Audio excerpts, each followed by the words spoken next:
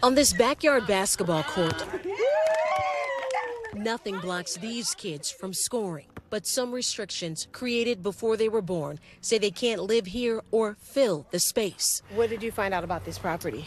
It literally says it's only to be occupied by a Caucasian race. Darnell Baker manages Quincy House, a safe space offering extracurricular activities and mentorship, primarily serving Black and brown youth. Historically, this house, we're not allowed, and this house is permeated with people of color. In this letter from the city, Baker learned Quincy House is one of 571 homes in Mounds View, Minnesota, with a racial covenant, a legal clause embedded in property deeds designed to ban non-whites from owning or occupying property. Unenforceable today under federal and state law, but the clauses still sit on the page of many deeds, a reminder of how discrimination was printed directly into legal contracts with impacts still felt today. What does the green represent on this map? The green are racial covenants. Even though racial covenants have been illegal since 1968, they continue to determine who lives where. Historian Kirsten Delagar leads the Mapping Prejudice Project at the University of Minnesota. We first met in 2016 when the project started tracing the history of racial covenants. Delagar says covenants like the ones in Mounds View prevented Black families from home ownership. Racial covenants worked in concert with discriminatory lending practices, real estate steering, and white violence. And in some places where we have found there are no covenants, when we go to the archival record and look at newspaper reports, we find that those areas were intense sites of violence against Black families. For example, in 1931, the Lee family purchased a home in a white Minneapolis neighborhood.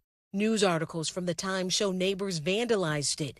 Then, a mob of thousands taunted and tormented the family, forcing the Lees to move.